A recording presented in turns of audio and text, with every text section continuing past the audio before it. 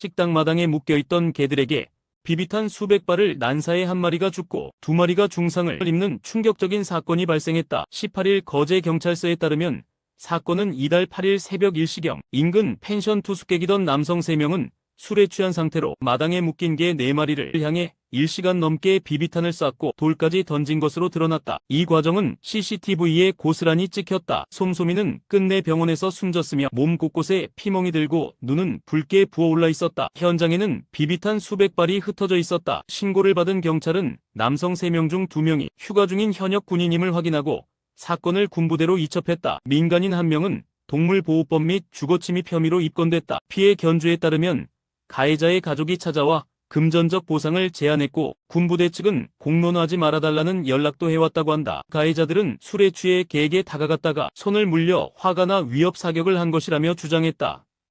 경기 여주시의 한 전원주택에서 기르던 2살 진돗개가 둔기로 머리를 수차례 가격당한 정황이 포착돼 경찰이 수사에 나섰다. 18일 여주경찰서에 따르면 견주 A씨는 지난 14일 오후 자신의 반려견이 피를 흘리며 쓰러져 있는 것을 발견하고 수의사 진단을 받은 결과 개는 안아골절을 포함한 외상을 입었으며 삽과 같은 둔기에 의한 상처라는 소견이 내려졌다. 피해견은 사건 당시 생후 2주 된 새끼 4마리를 갓 출산한 상태였던 것으로 알려졌으면 견주는 자식 같은 강아지가 이유 없이 공격당했다며 엄중한 처벌을 요구했다. 경찰은 동물학대 가능성이 높다고 보고 주변 CCTV와 목격자 진술을 토대로 용의자 추적에 나섰다. 경찰 관계자는 현재까지 특정된 용의자는 없으며 다각도로 수사 중이라며 동물보호법 위반 여부를 중심으로 조사하고 있다고 밝혔다. 동물보호법에 따르면 정당한 사유 없이 동물을 잔인하게 학대한 경우 최대 3년 이하 징역 또는 3천만 원 이하 벌금형에 처해질 수 있다. 충북 옥천의 한 초등학교에서 동급생 6명에게 장기간 괴롭힘을 당한 초등학교 6학년생 A군이 사례가 알려지며 경찰과 교육당국이 긴급조사에 착수했다. 피해 학생의 부모는 18일 연합뉴스에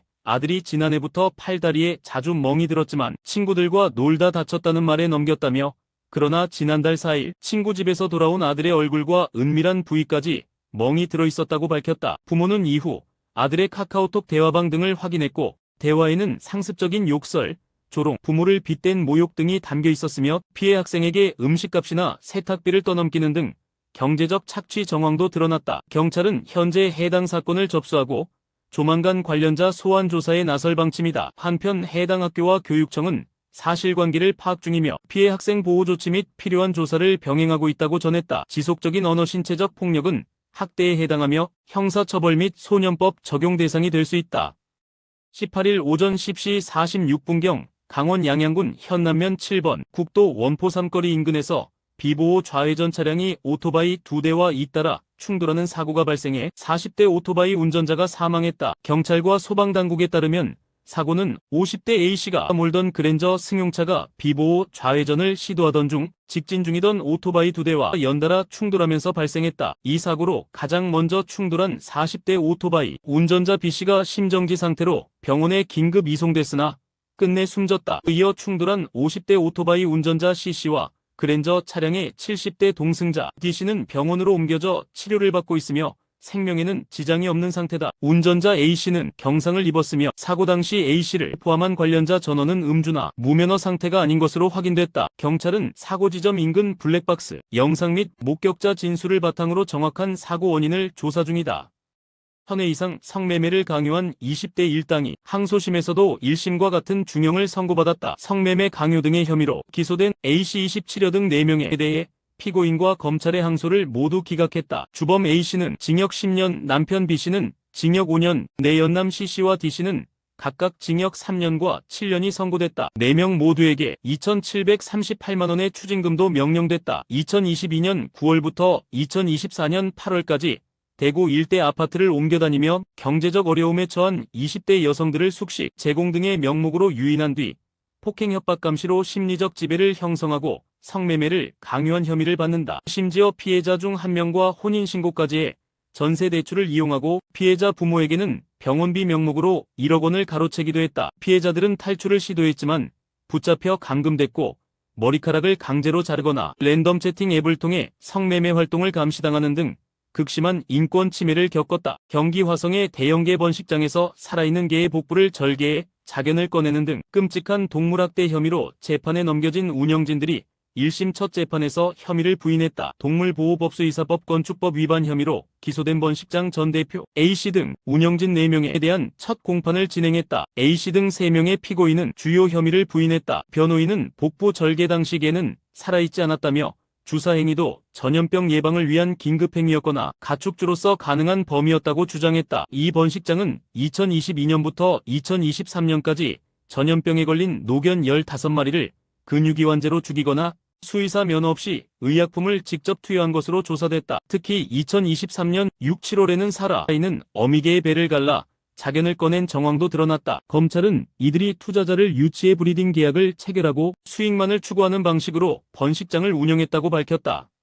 사건은 이달 2일 오후 발생했다. 입주민 A씨는 오피스텔 관리사무소로부터 차량이 파손됐다는 연락을 받고 주차장으로 내려갔다. A씨가 확인한 차량은 앞 유리가 산산조각났고 내부엔 소화기 분말이 가득 차 있었다. 차량은 구매 2년도 안 된 새 차였다. CCTV 영상엔 한 남성이 밀대와 발로 차량을 수차례 가격하고 차량 내부에 소화기를 분사하는 모습이 고스란히 담겼다. 범행 전 그는 흉기를 손에 든 채 주차장을 비틀거리며 배회한 것으로 확인됐다. 당시 주차장에는 A씨 차량 한 대만 주차돼 있었다. 범행을 마친 그는 인근 편의점을 들른 뒤 자신이 사는 층으로 올라갔다. A씨는 차에 물건 가지러 가려다 우연히 안 갔는데 갔다면 무슨 일이 생겼을지 상상도 하기 싫다며 공포를 드러냈다. 특히 그가 거주하는 층엔 어린아기를 키우는 가정도 있어 불안은 더 커졌다. 사건 전 남성은 관리사무소장을 흉기 소지 상태로 마주쳤으나 관리인은 흉기만 빼앗고 별다른 신고 없이 상황을 넘긴 것으로 알려졌다.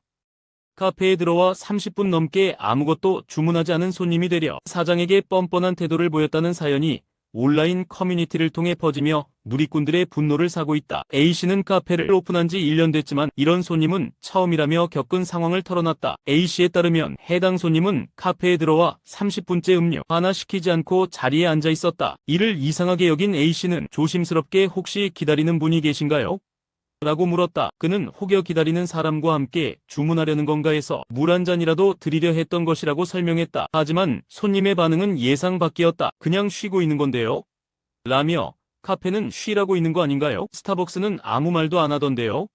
라는 대답이 돌아온 것이다. A씨는 순간 당황해 말문이 막혔다며 이런 상황에선 어떻게 대응하는 게 맞는지 모르겠다고 하소연했다. 자영업자 사이에서도 착한 사장이 되려다 장사 망친다. 처음엔 조심스럽지만 단호한 기준이 있어야 한다는 조언이 잇따랐다.